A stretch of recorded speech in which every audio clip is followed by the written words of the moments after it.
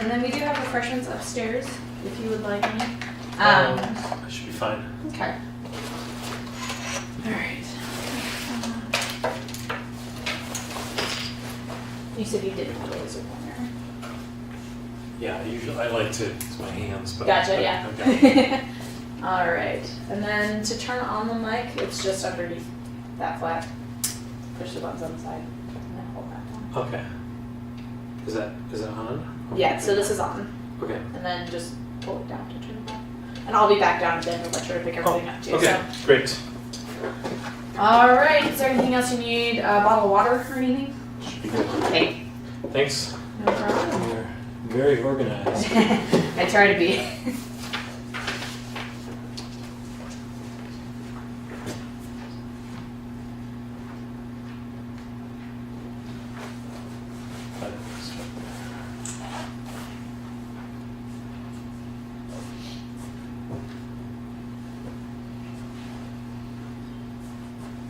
Did you bring me something? What do you got there? You got, Peter bread? 1 carrot left, and how much? I didn't have any of that pita bread. I didn't have any pita bread. Peter bread? No, that's okay. It's kind of scary. You're scary. What's wrong with Peter bread? It's in the wrong shape. You're in the wrong shape.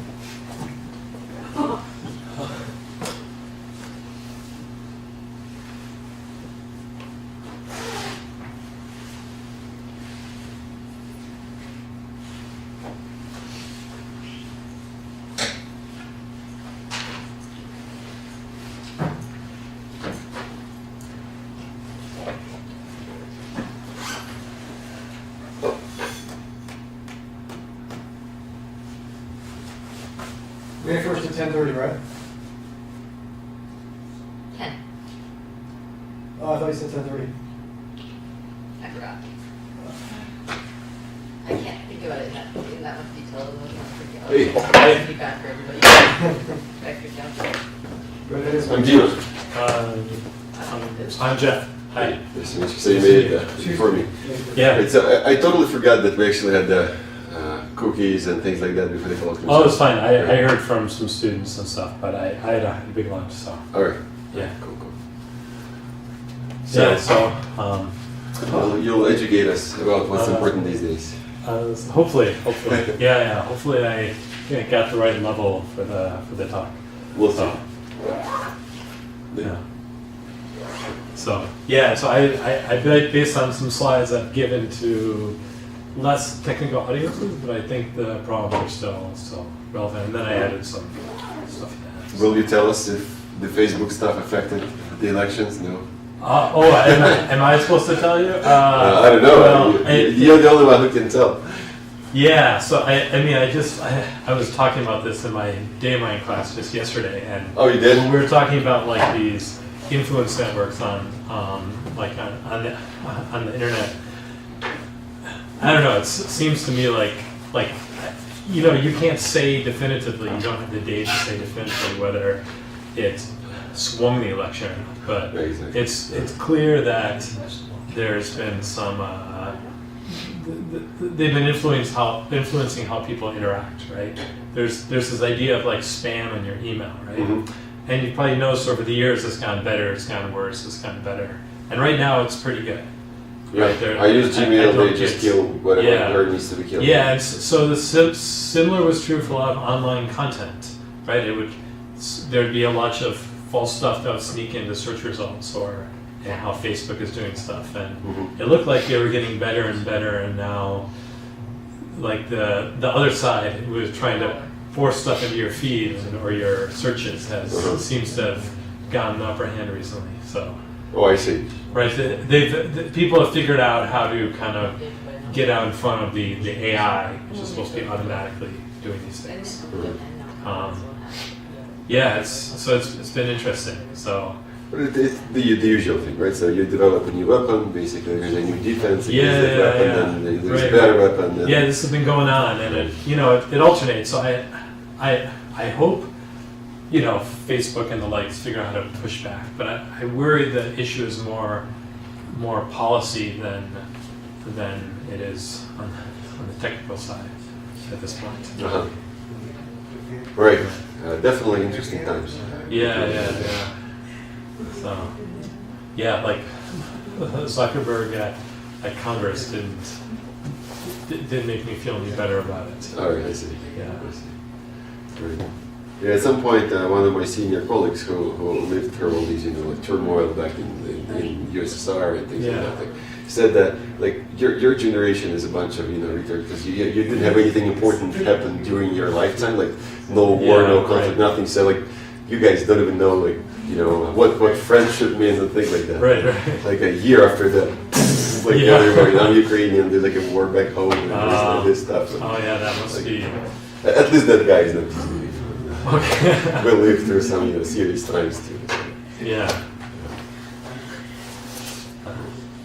Yeah, so I won't talk about Facebook.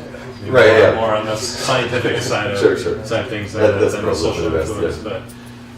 But yeah, it's like one of my colleagues, so Suraj connected with Somrani, and he's been looking at a lot of the social implications of these things.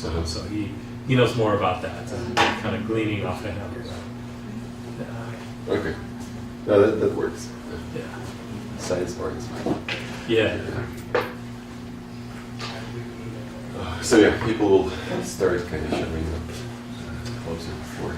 Yeah. So somehow you set yourself up too fast. Yeah. Was there someone to kind of break the cables? Yeah, there was a video user.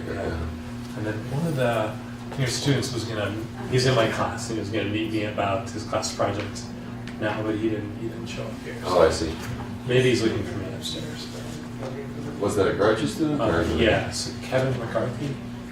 I think he's working with Zheng in astronomy. Right, they're kind of removed from us. They're in different buildings, so that's something we're working on because we have 3 departments instead of 1. Yeah. Tiny piece in this building, tiny piece in that building. Yeah. Some colleagues I don't see for months, basically. Right. Crossing a parking lot, actually, it's a pretty difficult task, actually. You have to have a serious reason to cross the parking lot. Yeah. So we don't really see each other much. Yeah, we're split in 2 buildings too, and this used to be more of a challenge, and then we hired a bunch of junior people on both sides, and we were all friends with each other. So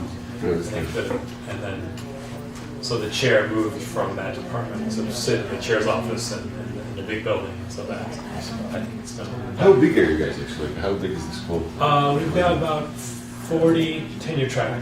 And we're trying to hire 10, 12 more.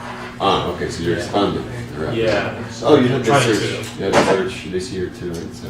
Yeah, no, we've made like 7 faculty offers so far this year. No one's accepted yet. Only one person's turned us down so far. Oh, right. So the question it's the thing. We have about over the last few years about 50% hit rate on offers submissions. So it's pretty amazing. So and everyone's trying to hire computer science right now. Right. Yeah. So you're in a different world. It's a buyer's or it's a who's the buyer, who's the seller. Right. It's whose market is understanding. And then industry is trying to hire them too. So Great. Well, I guess it's a good situation to be in, right? I mean, if your field is blooming, that's good. Even though it creates practical problems. Yeah, no, I mean we get we get bright students who want to come take our classes and do work with us, and that's great. So remember we got in touch with you about this TP thing. Yeah. That's pretty much dead right now. Like, yeah. The whole TP thing. Right. Well, it's sounds like it's more just like that was Ruth's thing, and now she's busy with other stuff. So someone will be Ruth's replacement, who will have the authority to do a new thing like this or something else. Right. But exactly. If there is funding available, and there is some idea like that. I've been on committees with this. Sorry. No, that's fine. We were talking about what is that mean? TV thing. That's going from games funds. Right. Yeah, but if something pops up, we can act. Yeah. I hope you guys are still interested. Great. Yeah, definitely. I mean, we've discussed a lot about what, like as computer science, we'd really like to kind of figure out, especially the data science group, to kind of figure out how to partner with different people around campus to grow our efforts together. And what we've been, like, a lot of us are interested in reaching out to applications, but we're junior, and so we've been building up our own portfolios, but we'd like to kind of reach out and kind of collaborate with people across, different areas where you guys have super cool data problems. So we're developing new techniques, and we're looking for nails to use our hammers on and stuff, right? So, and then hiring people who sit between makes these things much smoother. So I think it'd be great. Speaking of hiring, so there was a candidate you were asking about. Oh yeah. Background, so. Yeah, so we ended up, he fell just below our cutoff. We invited 3 people out to interview, and he was like maybe 4th or 5th on the list.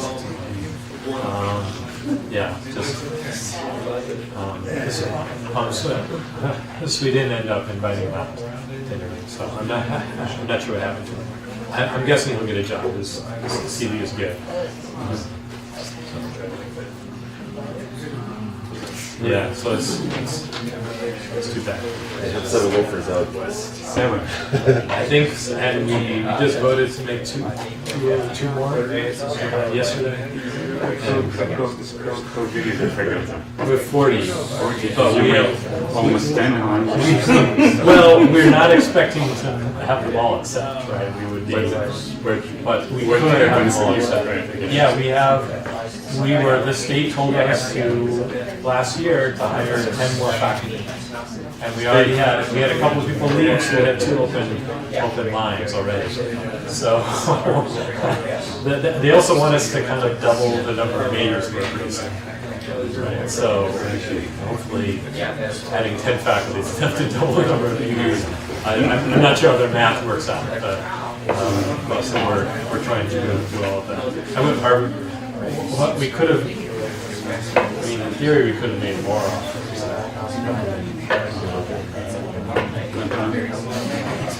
How many majors you producing? How many majors? I look, we graduate, undergraduates, we graduate about 130 a year. It's been growing about 10% a year. But we have a big drop off in the people who go into the major is around 200 years. Right, so we're losing about a third of them. That's why our lower level classes are really good. So they want us to graduate like 200. So probably good. Yeah, no, it's good. It's good. Yeah, I think some of these go to your majors, some of them checkers. Most of our students are working part-time. I'm making $100K a year already. I'll make $100K a year. They could get offers before they graduate. They're like a really good offer. It could be easily, I'd say 7 or 8. So the expected kind of salary upon graduation.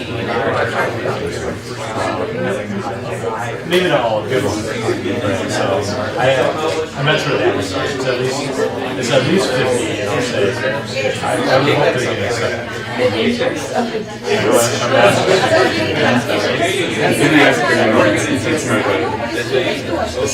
So when you make your offers out, faculty lines, what is a typical startup? It's there's some who need more if they need equipment, but typical startup is about 200. So Yeah, There is so, a big difference with that secret For us, for us. million or more. oh, because you Because stuff people allowed. have to It's performing good. Yeah, sure, so much cheaper. Okay, so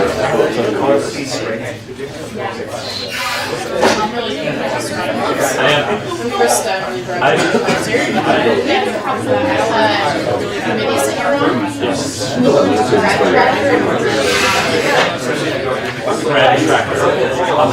So you invited me out here. That's exactly why. No, I saw your name, so I figured I'd catch Yes. you. Just when you have time, because we've been waiting on the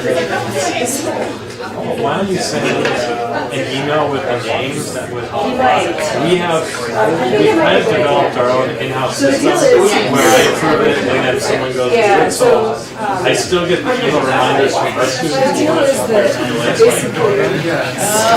Because it's only the out-of-department ones that are in. Does not want to So if you could send me a list of names, Might not be till Monday, but I just have ready That would be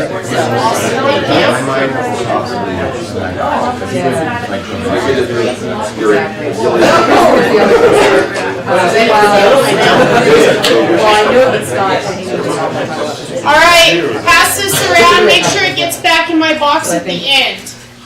Where is, here we go. Alright guys, so it's my pleasure to introduce today's Colloquium speaker, Professor Jeff Phillips from our own School of Computing. So Jeff is a specialist in data science in the broad sense, in particular data mining, data analysis, machine learning, and Cambridge Analytics. I think we will hear, but I expected that we'll hear about that, but we'll see. So, even John knows that these words are, part of our life right now, okay? But more importantly than all this malicious stuff is the fact that data science changes the way, physics is done. So there are applications in data-heavy branches like astrophysics or high-energy experiment, but even in condensed matter physics, there are now machine learning applications for, quantum phase recognition and some things like that. And Jeff basically is, Jeff can provide the first-hand information that's out there. So biography-wise, he received his PhD from Duke University in 2009. We seem to be on the same track actually. But, so he stayed there for a postdoc and then joined University of Utah in 2011. And he's still here, so please welcome Jeff.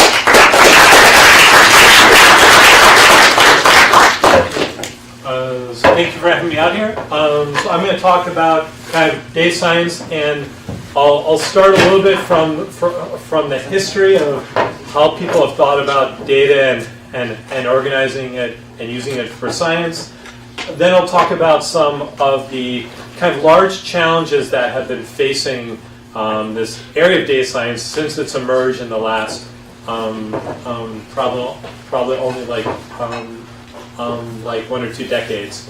And then as kind of an example to go a little bit more depth, I'll talk about finding spatial anomalies, which is one of the specific areas of research I've done within this.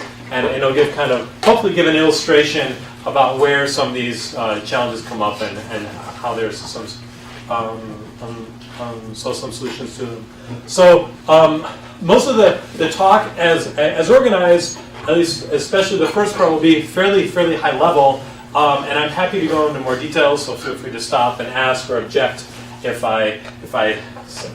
you think I said something wrong about the history part as well. So let me start back in around 300 BC, and okay, so kind of think of the history of scientific thinking, right? So the earliest record I found of this and was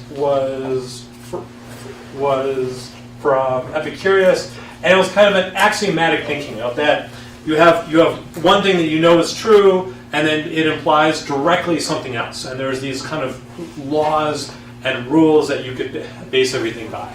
And then kind of around 10,000 AD, by Ibn al-Haytham, there was this, so there was this book of optics, and this is like of the survey I did, where they, first made observations and experiments, right?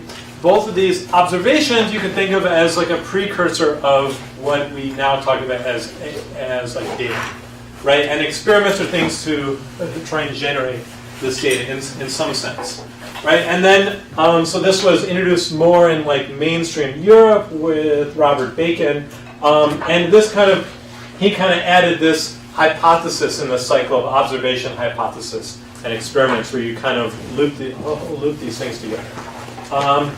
So with data collection, I think really this was this kind of way of, you're kind of making observations about the world and trying to kind of figure out what's going on just by looking around. The idea that you'd want to specifically collect data to help with this process, kind of a great example of, early example of where this happened was with Tycho Brahe around 1500 AD, and this was astronomy data. And I think those of you in astronomy probably know this better than I do, but he built this really cool, very early observatory, and was collecting lots of data about stars. And like this like he worked with Copernicus, and then soon after this, Galileo, also with this like with like this inductive reasoning, and using this kind of astronomical data for kind of understanding things like the Earth revolves around the sun, how tides work, and Jupiter's moon. And this was a data-driven approach, but as far as I can tell, was still somewhat ad hoc in how they decided to work between the data and the science that it was generating. Then, kind of like a little bit later, these ideas were apparently percolating in many areas. We can maybe attribute this to Isaac Newton. Maybe he gets too much credit for a lot of things, but let's say there's this classic scientific paradigm, right? And so this kind of started to be formalized, where you start by making a hypothesis about the world, then you go and gather data with the specific goal of trying to understand this hypothesis that you're making, and then somehow you draw a conclusion based on this data. Okay, that there's the specific pipeline that is the scientific process, right? And I'm sure in high school, many of you learned this as the scientific process with science fairs. You're like forced to do something along this pipeline. Okay, and there's still a missing step, and this wasn't really filled in until around the turn of the century, when Charles Peirce and Sir Ronald Fisher really developed the field of statistics, and they kind of really told you, given data, how do I say something formal about drawing a conclusion? Right? And then this kind of made up the scientific pipeline, the classic, I'll call the classic scientific pipeline. And this is how most of science worked for like the next 100 years or so. Right? You would make a hypothesis, you'd gather specific data for that hypothesis, you would then compute statistics on that data, and either you would, if the statistics supported your hypothesis, you would make a scientific discovery. Maybe you'd write a paper, you'd kind of do something cool with it. But sometimes the statistics said your data did not support your hypothesis, and you go back and start over again. And this is kind of the cycle of science. All right, and so this is probably very familiar way of doing science. And some of you will loop more times than others, Or less. or less times. Or less times. Does anyone ever make a hypothesis anymore? Yes. I definitely don't. All right. So around 2000, some really cool stuff started happening that really changed how people thought about this. And there are three things I'd like to highlight. One is the Sloan Digital Sky Survey, where instead of kind of getting the telescope and looking at your star system by yourself and sitting on the data for 3 years, they scan the sky, record it, and let everyone use the data. Right? Around the same time, they were sequencing the whole human genome. Instead of studying one gene at a time, they said, let's figure out what the standard, all the genes are for the human genome, and then study this as a whole, and just put this out there for scientists to use. And then in the world of the internet, Google was really coming to rise then, and one of their mottos was, one thing was to not be evil, and things change. Another thing was to organize the world's information, right? And if you look at what they were doing, there are a lot of projects they did which are not specifically making money, but they just wanted to gather information. A lot of this was about the web, but at some point they had this phone service where you could call up and ask for information.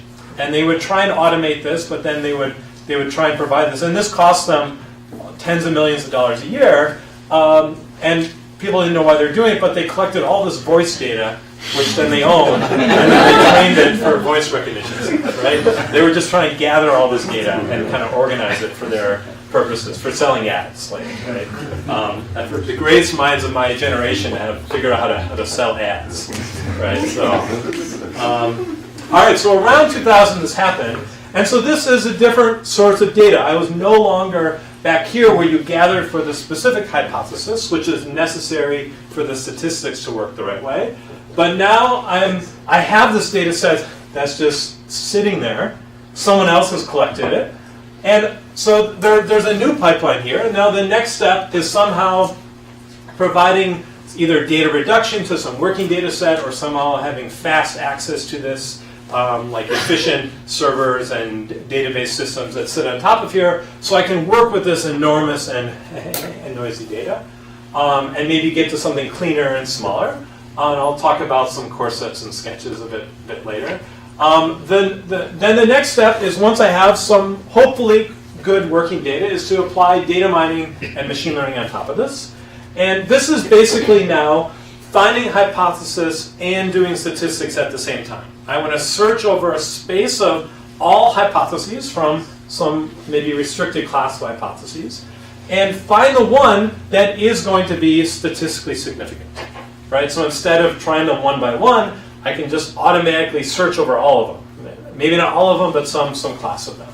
And I'll explain this in more detail and some challenges with this, right? And then the same result is I want to draw some conclusion at the end, right? Maybe it's I'm placing an ad, maybe it's I discovered some cool astronomical effect. All right, so this is kind of the data science pipeline as we know it to. Okay. So it's kind of historically, this is kind of where we are. I want to next talk about three kind of large ongoing challenges in this new pipeline. Because this is new, we can't rely on statistics in the same way we could before. This leads to this multiple hypothesis testing. You might say machine learning will come to the rescue. There are issues with machine learning, and I'll talk about the problem of big data.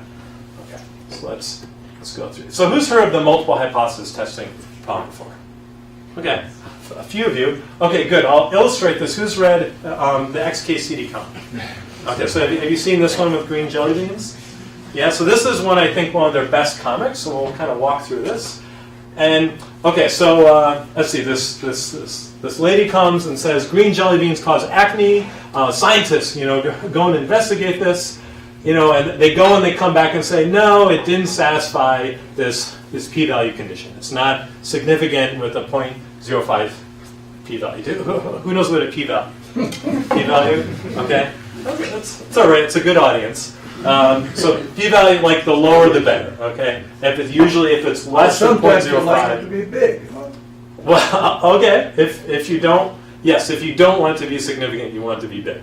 Yes, but if you want to say this is significant, there is a correlation. There is a cause, hopefully causal here. You would say you'd want this to be small in this case, less than 0.05. That roughly means that if this was based on the experiment by random chance, according to certain way we set up the experiment, less than 5% of the time this would have occurred by random chance. Okay? And so they said, no, it's not significant with this p-value.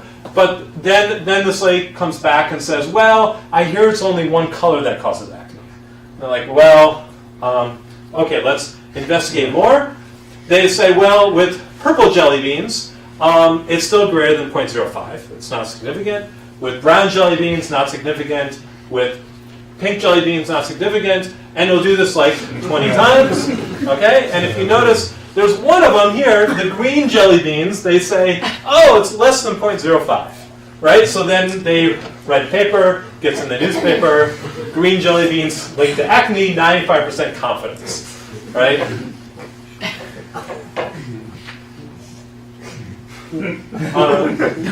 So what's going on here, right? So, okay, so they ran the experiment basically 20 times, and you'd only say this if it occurred less than 5% of the times by chance.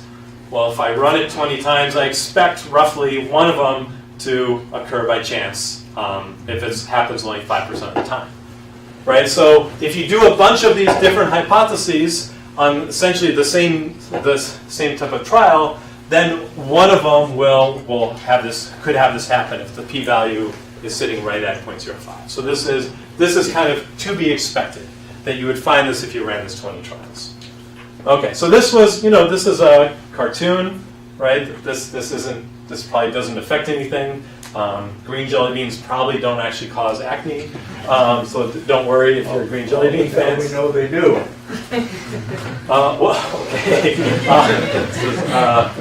So the real problem is like in actual science. We go back to the scientific pipeline. This kind of flow chart here of this yellow-orange curve here, think of this as one scientific research group trying to detect some problem. I want to know if some particular chemical or green dye causes cancer, and I think that I think it does. I run a test and say no, I couldn't find something with this subset of the data or this view of the data. But if I do this 20 times, there might be one group, this green group here, who says yes, I did find something, right? I did find some significant link. And there was some random variation in how they did the experiment. So they write a paper. It's a big deal, kind of that this could happen. P-value is small, so it gets into Science or Nature, right? And unfortunately, this happens, and this happened a lot in the early 2000s. And so there was this paper that came out in 2005 by by this guy John Ioannidis, who wrote this kind of bombshell essay that most published research findings are false. And what he did is he took a bunch of, I think, Science or Nature papers and tried to reproduce them and showed that, very carefully tried, and showed that he couldn't reproduce most of them. Right? That most of these results are false. And the reason for that is because of this phenomenon. A lot of people are trying to solve these really big profile problems. If enough people try, one person will accidentally get a small p-value.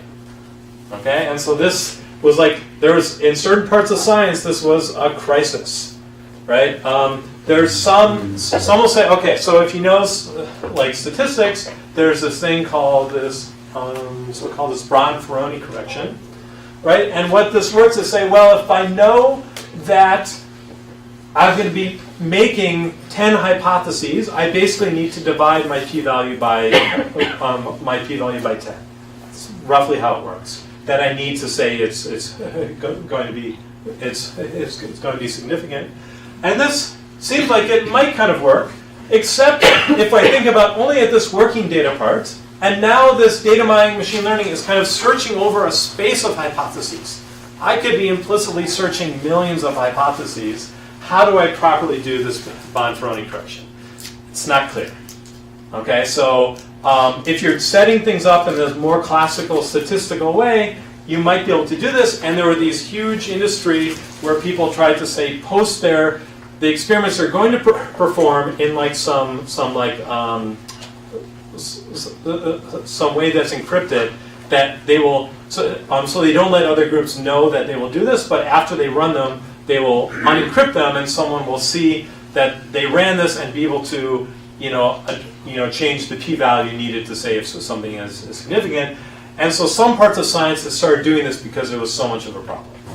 Yeah. Are these hypotheses they must be closely related to each other. They must be almost It identical. could even only be change one thing. It could even can't be the just- same hypothesis, but the way you process the data is a little bit different. You take a different random subset of the data.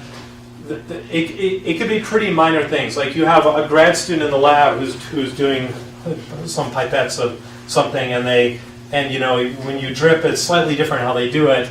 And normally this causes error less than 5% of the time, right? But if you do it 20 times, one of them will be significant. Well, I'm just worried about disparate hypotheses, like the moon is made of green cheese and the ocean is made of blue dye or something like that. Like, those are unrelated. Right, so those are probably safe.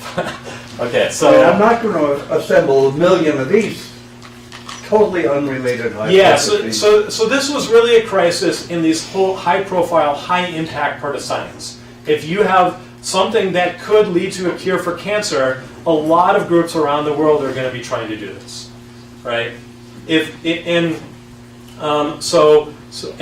this is a phenomena there. If it's some out-of-the-blue hypothesis, I want to test if the moon is actually made of cheese, you know, you can go and do that, but you probably have trouble convincing me to spend a lot of time. Not going to be in your set of hypotheses. Yeah, probably not, yeah.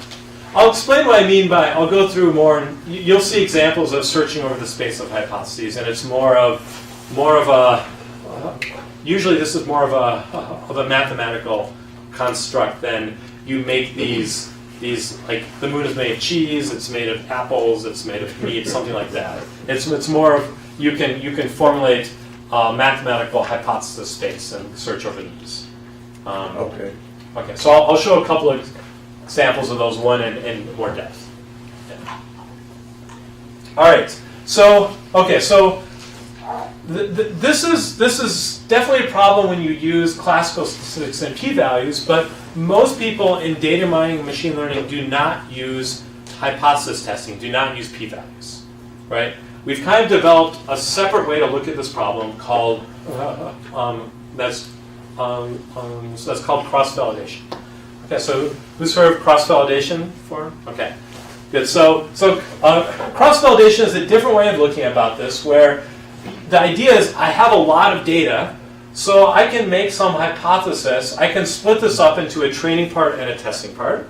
I'm going to somehow do my experimentation, do my data mining, machine learning over the training part to build what I think is the best possible model, and try and best way to fit the data, provide the best hypothesis that I think it looks there without looking at the testing part, and then evaluate it on the testing part and this pink part over here. So I save some of the data. I don't look at that to try and find the hypothesis, to kind of search over the hypothesis space.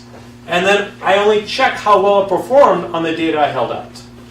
Okay? And the idea is that if I split this randomly, they're both, and the data is big enough, they're both kind of very satisfactory views of the data, and I can use this leftover data to kind of give a good sense of whether the model I made of the data actually was supported by the data itself without it leaking into this this training process, right?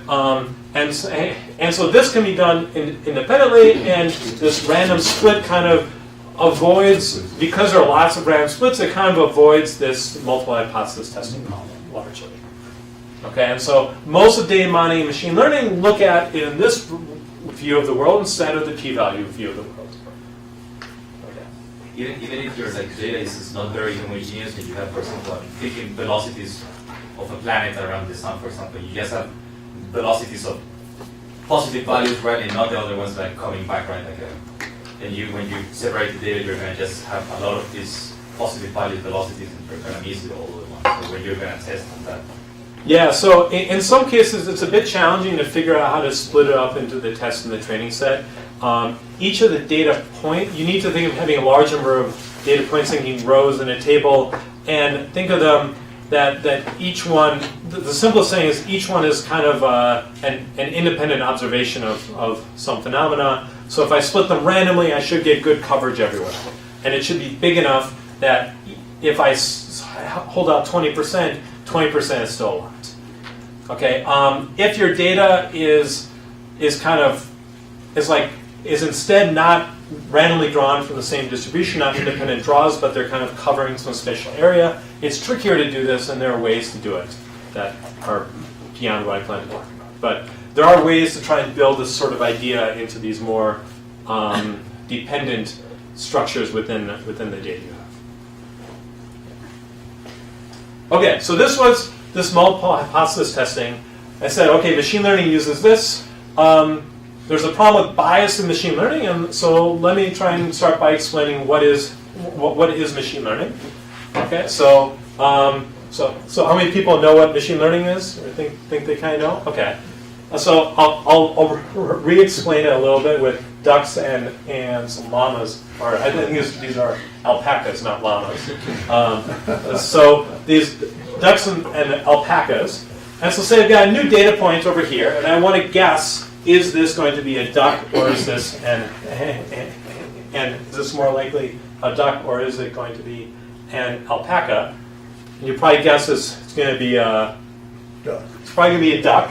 Okay, I'll show two ways of how to do this. One is you draw you find the 4 nearest or some number of k nearest neighbors, and you say if there are more ducks in the nearest neighbors, then I'm guessing it's a duck.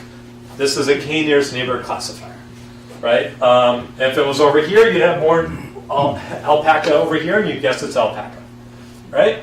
So this is kind of easier to understand. Another one, which is more common, is something like a support vector machine, where I try and draw some separating line in the space, and I try and have all the ducks on one side and all the alpacas on the other. And then if the new point is on this side, I say it's a duck. If it's on this side, it's going to be it's going to be an alpaca. Okay? And so what's I've drawn these pictures on the slides, and what's missing here is that in order to do this, you actually need some notion of closeness, some space I can draw a separating line in. Typically, I don't have like a picture of a duck, but I've got some representation, some features of it as a high-dimensional vector. Okay, and this is a high-dimensional vector space where for the k-nearest neighbor I can define Euclidean distance or another distance, and this separating line can be a half space that cuts through this high-dimensional space.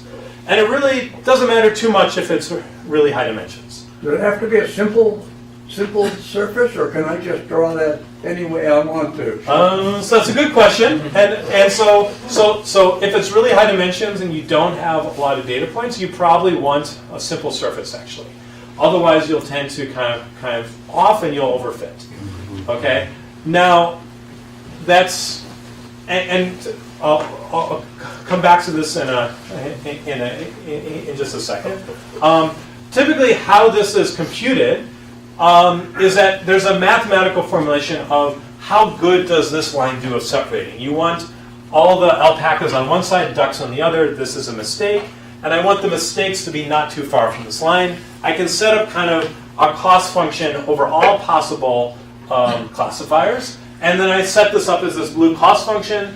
And the parameters of this high-dimensional space describing this map to this half space, this my half space. And so I set up this cost function based on the data, and I just find the minimum with a gradient descent, where you walk down the negative gradient of the cost function. Right, so this is how most of machine learning worked, and until 5 or so years ago, this was kind of the common framework. Now, this didn't have to be a linear. There are ways to make this like a polynomial, or with bounded curvature using these kind of Gaussian kernel techniques. In high dimensions, you usually want to use linear. Otherwise, you tend to overfit. A big change in the last, say, roughly 5, probably more years, but especially 5 years, there's been things like deep nets and random forests. And the really big change, in my perspective, to oversimplify things, is that they could have more complex cost functions. We knew how to do that already, but they restricted that the search space no longer needed to be convex. So it could have multiple local minimums, and we said, okay, we're happy with just about any local minimum as long, and we'll maybe repeat it a few times and a bunch of heuristics, and we're happy to search over this more complex formulation space. And then they could find these much better classifiers. If you make it complex enough, you can do it perfectly. Well, you don't always want to do it perfectly. You want to do it so that it will perform well under cross-validation. And if you make it too complex, right, then you're going to tend to kind of fit to weird things like this duct. But in general, this duct was probably mislabeled. It's probably not actually a duct, right? And so you're going to end up fitting to noise of it, or maybe one of its attributes was written down wrong. So you're going to end up fitting to noise if you make it too complex. So there's a reason to be biased towards simple models, and it's under this cross-validation view of the world. It's known that these tend to perform better on the testing data. So these simpler models are typically better, given everything else equal. There's some criteria for success. Yeah, so you can go measure it with the cross-validation, how well you do on the held-out data. And there's a lot of very rich mathematics that explains why this tends to work. I think it's a very long conversation. I'm not so worried about why it works. I want to know that it works. It does. I want to Yes. You can trust me, or I can talk to you offline. No. But it's the simpler model. Given the same kind of performance, you'd go with the simpler model, and that will generalize better to new data. And really what you want to do, I don't care so much about these ducks and alpacas. I know what they are. I want to do well on a new duck or alpaca. That's what I should be trying to optimize for. And if it comes here, you know what? It's probably an alpaca if it's right here. Right. This model is too complex. It said, well, I made sure to fit the duck. Did I really want to do that? Now these deep learning things get around this in ways that are not fully understood. Right? They have really complex models. They use lots and lots of data to do it, but they tend not to overfit. They don't have these issues that kind of you fitting a really high degree polynomial. I don't see why the ducks and the alpacas would separate themselves out. Think about Democrats and Republicans. I tried to say in safe territory. I gave these slides I first made for a talk I gave in Peru, so that's why they're right.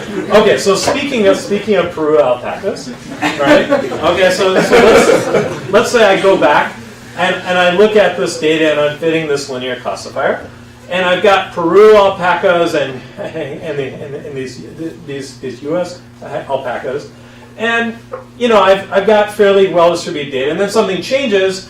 The U.S. decide we love the fur from alpacas. We're going to start growing millions of them in like up here in Utah. The climate is good for it, right? And we're going to overpopulate the market with these Utah alpacas. John alpaca is Republican.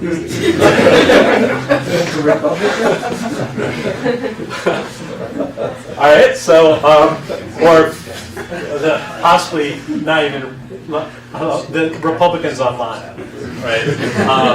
So not to get too far off topic, but I'm trying to stay on topic, so this is good. Okay, so what happens if we now fit the classifier? Well, it can't do as well anymore, and it might tend to shift it over here instead. If they were evenly distributed over the space of alpacas, the old one was probably better. But now, for the way we set up our cost function, this classifier might be better now. It's more emphasizing the separation up here where all the U.S. alpacas are, and saying the Peru alpaca, I don't care about this as much. Okay, and under your cost function, under generalization score, because there are more data points up here, this will actually perform better the way we typically measured it. But what if this is something more meaningful in your life, and maybe you're one of these data points, and it's like something like get into college or not, approve the loan or deny the loan, or approve parole or deny parole. These machine learning systems are being used for all of these things I mentioned. And now if the data point is here, we're under the old kind of fair distribution of things, or maybe you think this is the fair distribution. But over the old distribution of things, you would have been approved parole. But because of this bias and where the data is coming from, you're denied parole instead. Okay, this might not make you feel as as good about this anymore. Yeah, so this is a problem, okay? Like with multiple hypothesis testing, I said, okay, we're kind of on top of this. We've got some ways around it. There's been some good work on this. This is something like, as a community, the research community, we've kind of realized in the last 2 or 3 years. Okay, we had been doing this without really realizing that it was having serious effects until fairly recently. Now it's on the forefront of a lot of media and so forth going on, and it can be a big problem. It fundamentally depends on what question you're asking. I mean, we deal with this, we just reshape the population to be uniformly sampled. But the other question is, what's the overall population? Yeah, right. The other question is, maximize the alpacas is a fundamentally different question. Yeah, right. What do you do? Yeah, that's just what we run into as a similar. We call it the United Nations approach, where we give every country one alpaca. Yeah, we wouldn't have this skewed distribution towards the U.S. So this is. I mean, there are some ways of dealing with this kind of. If you know the bias in the distribution, you know how to undistribute it. There are more subtle issues in this. Yeah. This is one that was kind of simpler to explain. There are more complex ways that bias that can creep in. For instance, all these are going to depend on what question you're asking, though. Yeah, but it's so. Let me give you another example where it's a bit trickier.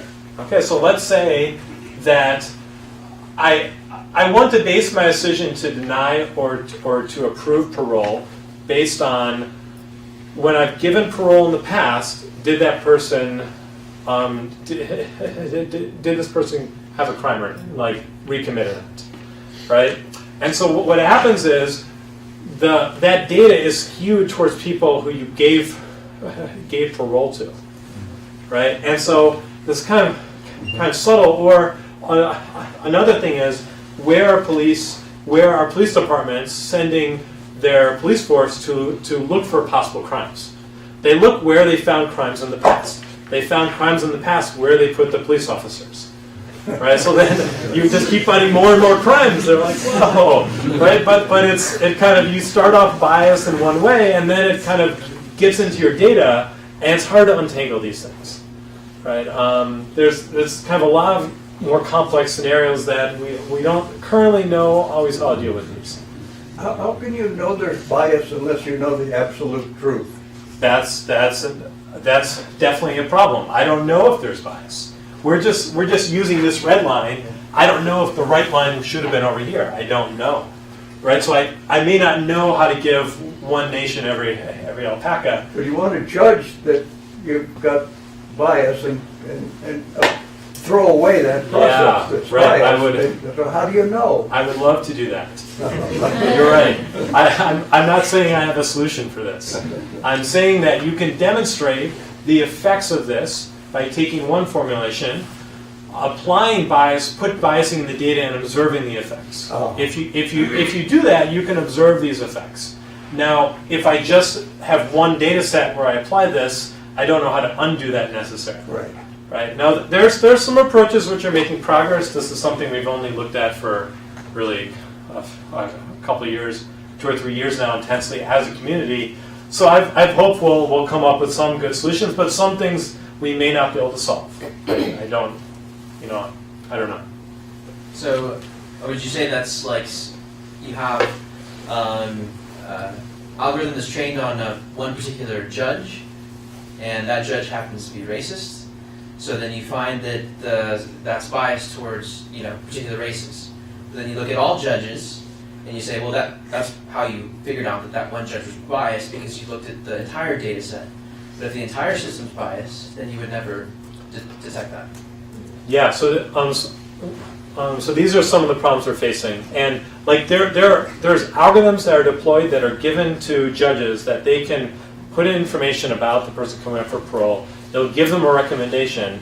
They're technically allowed to look at that and then make their own decision, right? So these algorithms are trained on data that's been in the system, and like the whole rationale for doing this was it's an algorithm and must be unbiased, when it's based on data which may have bias in it. Now, there are certain judges which, we can probably definitively say are biased towards racial things.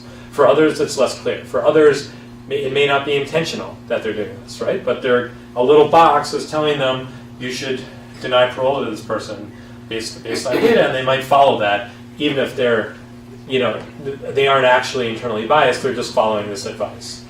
There's a bunch of studies. I could give a whole talk on this. My colleague Suresh would do a much better job. He works deeply in this area.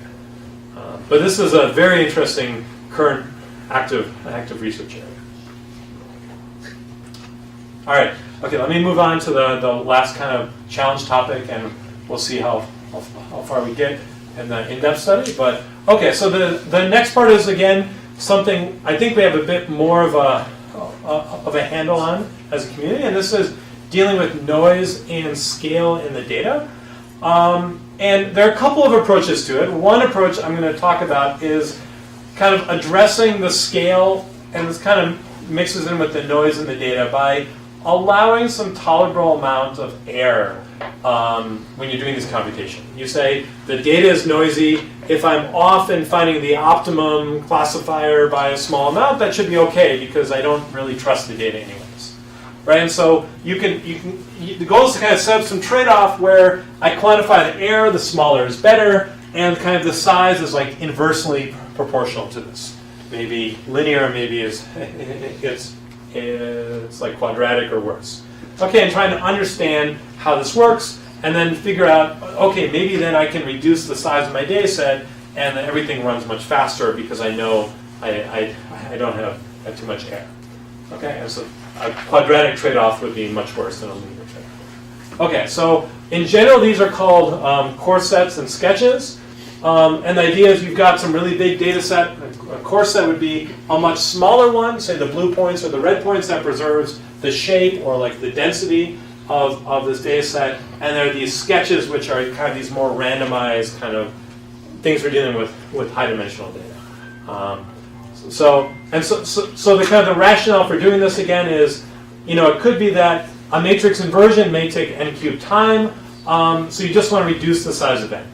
It might be the data doesn't fit on one machine, it needs to store in a distributed sense. You want to try and reduce it in size so then it can fit on your laptop, right? You can analyze it there. Or there's some new ideas of approximate sufficient statistics for more complex sort of objects used in data analysis. Okay, so let's go through an example. So think of big spatial data, right? So geolocated tweets are about 100 million of these a day, right? The U.S. population, 320 million. And this is just a map of the crimes in Philadelphia for about a period of 10 years, or about 700,000 of these. Okay, so if I look at all of them drawn at this scale, it's kind of hard to see what's going on. I basically see the outline of the shape of Philadelphia and not much else. If you do what's called a kernel density estimate, where you kind of put a Gaussian kernel, which is like a bump around every data point, and you average them, you kind of see where there's most of the bumps at. And this gives a much cleaner picture. If you've ever been to UPenn, right about here, it's safe. I'm fairly safe on campus. So this works fairly well. But if you notice, in order to compute the value of this function at one point, I need to basically sum over all the data points. So I need to iterate over 700,000 data points. So that's slow. What I would like to do is what's called a course set for the kernel density estimate, which is to find a smaller set of points, S, such that the kernel density estimates are always going to be similar, bounded by some error. Right? And so for 700,000 points, I'm going to reduce it to, this is about 5,000 points. It has the same characteristics. Right? And so how did you do that? Okay, so there are a couple ways to do it. The simple way, which will give you some guarantee but is not size optimal, is a random sample. Okay, there are other ways that we probably won't have time to talk about, where you can do it in a way that's more intelligent. In 1D, how you would do it is you'd sort the points and pick evenly spaced points. In 2D, that's a bit more complicated. Okay, but some ideas from that can be extended to this. Okay, so, and these points are similar, and even better, we can prove that if you look at the kernel density estimate on all the points and the kernel density estimate on the 5,000 points, they're more or less the same, right? There's going to provably small variation here. I've reduced to much, much smaller number of points. Okay, so I can still see the basic structure of what's going on here basically as well. Much easier to work with, and so we have, like for a visualization system where you're zooming and stuff like this you can zoom in much faster, right, without having to reload all this data. Okay, so this is just kind of a nice standalone example. Okay, let me go in a little bit more depth in a spatial anomaly detection problem. Okay, and so now let's look at these crimes, and I want to find a region that is a kind of a hotspot for a certain type of crime. You could think of, instead of population and all crimes or something like that, I know I would probably find down here, but let's say I have all these crimes and I want to find all the thefts. The red ones are the thefts, the blue ones are crimes which are something other than a theft. And so I'll give them two values. A B value is it a crime? Yes. And a red value is it a theft? 1 for the red, 0 for the blue ones. And then I want to find some region which maximizes some function that says gives it a score of how anomalous is this function. Okay, and the point I want to point out is, okay, so you can define this based on the sum of the colors in here. Okay, that's basically what it's sum of a function of the fraction of the blue points, of all the points, and the fraction of the red points in here is what the formulation looks like. Here's an example thing what this formula looks like. If I have a high percentage of the red points, but only a small percentage of the blue points, it has a very high score. It's going to be unlikely that that happens by random chance if these points were not concentrated under some way. Okay, so the details of this are not important. What I think is interesting is that what range do I consider? Back to your question, if this was a circle here, but let's say I looked at this crazy range here, right? It looks like the districts in the state of Pennsylvania up until, I guess, a few months ago, right? So where they figured out how to put all the red points, or almost all red points, in this crazy shaped range here. But something like this isn't very indicative of there's an outbreak along. I guess there's a river here, so maybe there's people on a riverboat stealing stuff. But if you ignore that part of it, this would be pretty strange, right? Okay, so what A do you consider? So typically what you do is you restrict to say all circles or like all rectangles. Restrict the class ranges to be more reasonable, and they can change different sizes or different shapes if they're rectangles.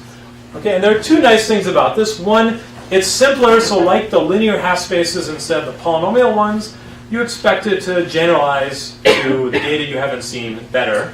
Another thing is, it's actually a finite number of these, right? So there are only, if there are n data points, there are only n cubed circles and n to the fourth rectangles I'd even need to consider. If I look at the small set of points, I've drawn all the circles that have a distinct subset of the points contained. Right? If I took this one big circle here and I shifted it a little bit, right, out like this, it contains all the points still. If I take it and look at, say this point was just outside, I can bring it all the way down here and it has the same subset of points, right? I can combinatorially define all of the circles and all the rectangles. Okay? So this means when I'm looking for a region, I can actually consider all of the ranges in the set. I can go through all of them and check it. Okay? And so now I'm kind of searching over this entire hypothesis space. This is kind of like a discrete kind of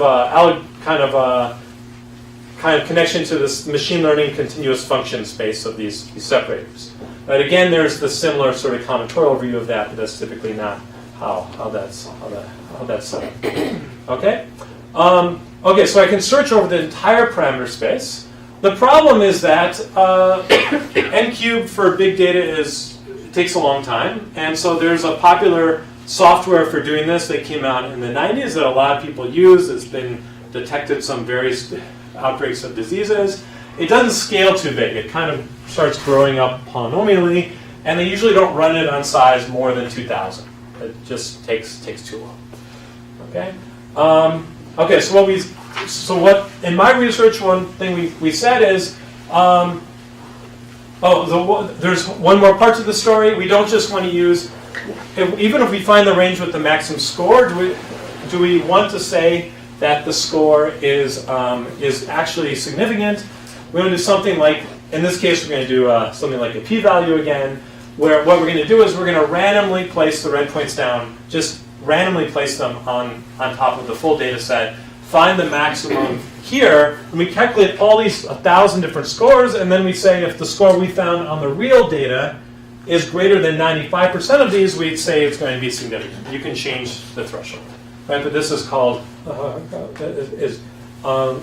so this is called permutation testing.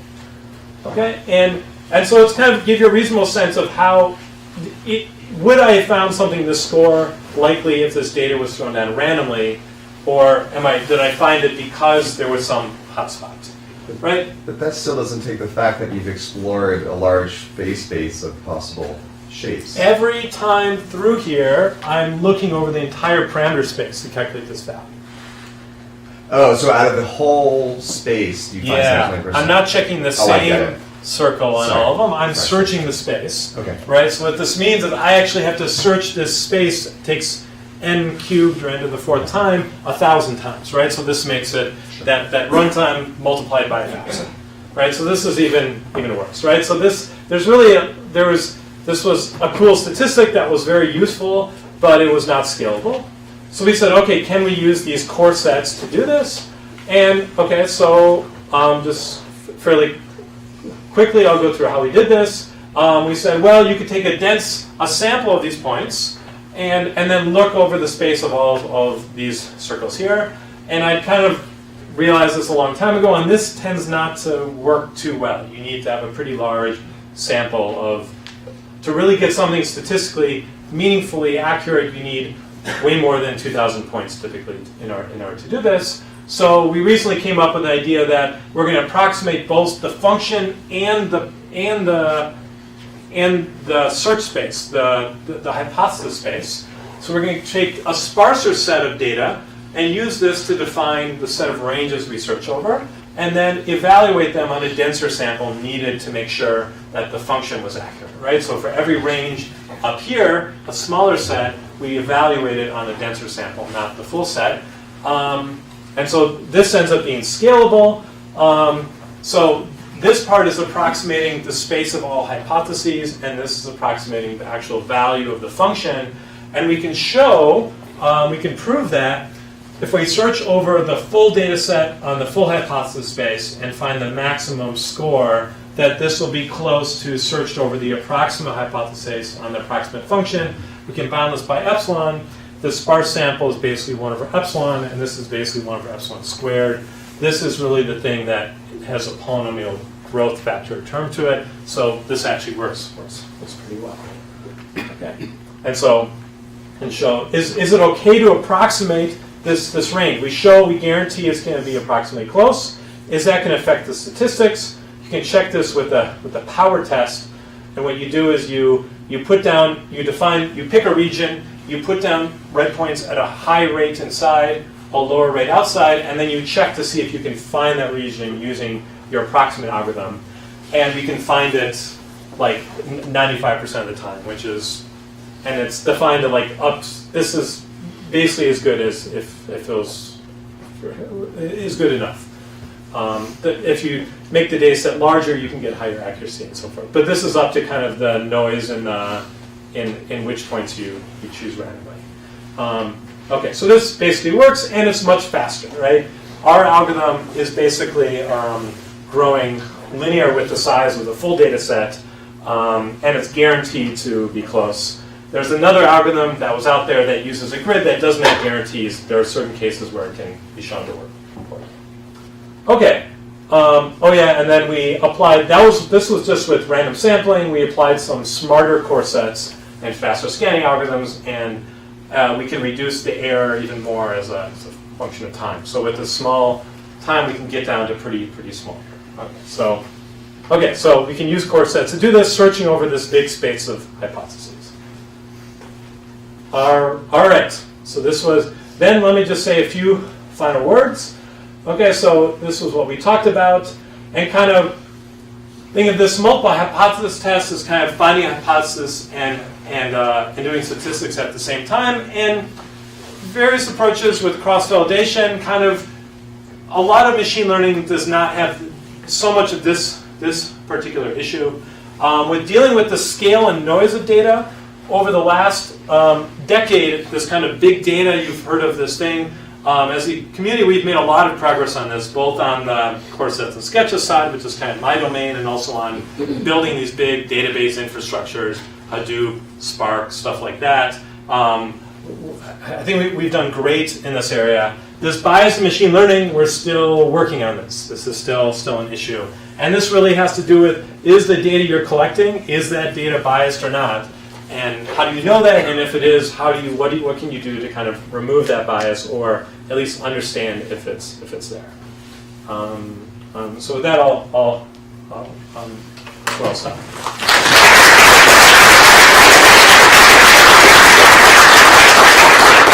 Very cool. So it's time for questions, John, please. I can't imagine how you would escape from biased data.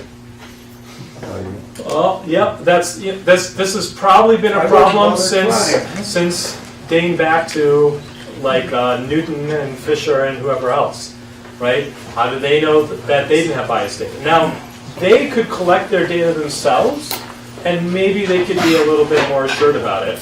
Now we're using someone else's data, right? So maybe we trust it less, but maybe as a community we can kind of figure this out. We can learn to verify the data and identify its biases and these sort of issues. But yeah, I don't have a good answer for these sort of questions. When we collect our data, we just capture as much information we possibly can, even when it seems irrelevant, so we can try to track down the biases. So each data point has I don't know where's the hundreds. criterion for tracking down a bias. You have to find the correlations in the sample. It's not easy, but we have hundreds of seemingly random, meaningless bits of information for every one of our data points. And we ignore most of them. But then you find that some of the biases are attractive. How do you decide what to ignore and what not to ignore? That's a huge part of the problem. That's the art. That's the art, I guess. That's the art. Yeah. I guess You don't throw away information. You have to ask the right questions. Yeah. If you have all that information, then you can at least ask if the data that was measured by person A, every time person A had a shift for whatever collecting that, if that correlates. If you don't have that data, you cannot even ask that question. Right. Okay. Yeah, that's the way we approach it. What's sort of the latest and greatest as far as, so the core data sets are sort of for when N data is large, but when, for like the Human Genome Project, when the features per data point is massive compared to the N data points. Yeah. Do you have what's the latest thing? Of dealing with the high dimensionality of the data set. Well, there was, this big kind of breakthrough about a decade ago in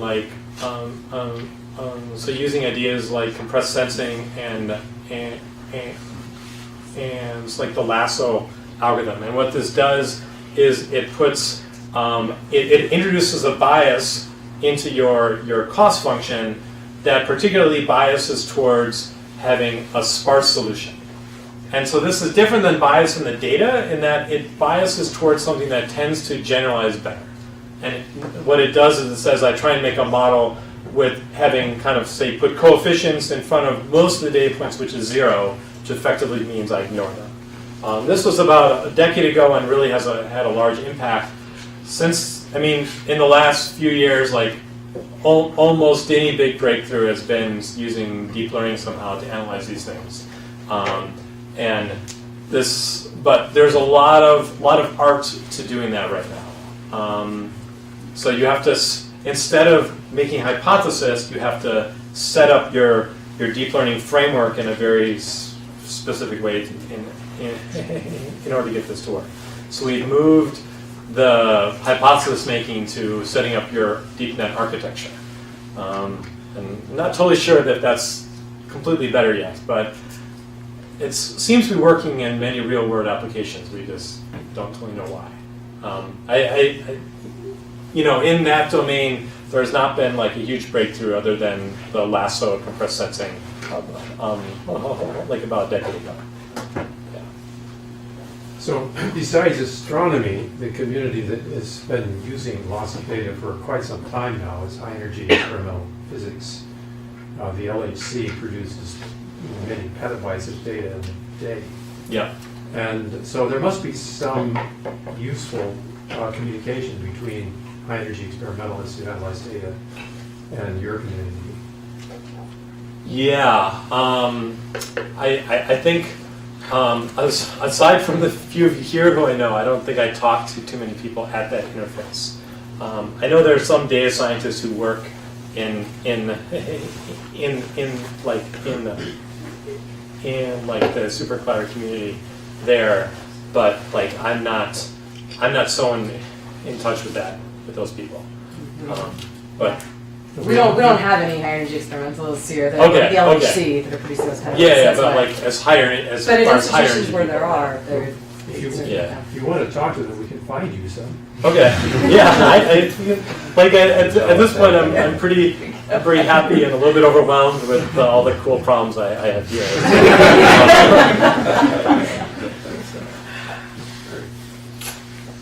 So the historical question, why was it that it took so long to realize that you would have bias with these kind of algorithms, and how was that realized? I think people were kind of just glib. You know, they're like, there's this, if you're ever in like the Bay Area and like the tech scene, there's like this vision of just onward, we're gonna change the world and do everything, and algorithms, machine learning can solve everything, right? And so we're just kind of charging ahead blindly, and there wasn't like, so I've heard recently, and maybe as people in physics, you kind of relate to this, but like I've heard in physics, pre-1940s, there was like this vision of we're going to understand the world, what can go wrong, we're just doing science, and then there was the nuclear bomb, and a lot of people said, whoa, what am I doing here? And there's been discussion that what's happened recently might be the similar sort of event for like the machine learning, data science community, where there's kind of a wake-up call that like, look, this is not just kind of helping people kind of find ride shares better, right, or get a better recommendation for a movie. They're using this for reasons that you might not be so happy about. You need to be careful what you're doing, right? And then this bias came in as a way where kind of, this was one of the reasons we realized that there were issues in this. We started a lot of like introspection, and kind of this kind of all came together very recently. I can't imagine anything you would invent would be worse than letting politicians decide. The current problem is that the politicians have not decided anything. Now, in Europe, this is actually, there's a big change coming, that there's a big European regulation passed that will go into effect, I think in May, where there's this big data protection laws, where people have all these rights about their data being collected, that they should be able to delete it, that they should be able to see what it is. And so all the companies who operate in Europe, which is basically every company, needs to satisfy this for Europeans. They don't have to for the US. The US has said, we're just going to kind of let you guys go wild. But some of this will creep over because they have to build this into their general platforms. So, but in the US, there's been like no regulation about this. And this is what people who work in biased machine learning, a lot of them are concerned about this, that seems to be the issue, that there wasn't regulation, there wasn't oversight. So having politicians get into this, well, it could be worse, but right now the problem is that, one of the problems is that they haven't gotten to it. There aren't any policies set up about this at all. Well, they're trying to deal with Facebook right now. Well, they're Unsuccessfully. trying to figure out how their tubes are connected to each other, or if Face Smash is still online, right? Or how does Facebook make lines, make money? They sell ads, right? They're like 10 steps behind with real progress, right? So I'm not too hopeful. All right, guys. So let's thank Jeff again. I wish we finished, before I'm not the hopeful point. What? Oh. I'm saying I'm not supposed to go. Yeah. Yes. But thank you very much. Oh, sure. That Great. was exactly. Oh, okay. Great. Yeah, I was glad I could give you a good talk. I want to try to find the experiments and make sure that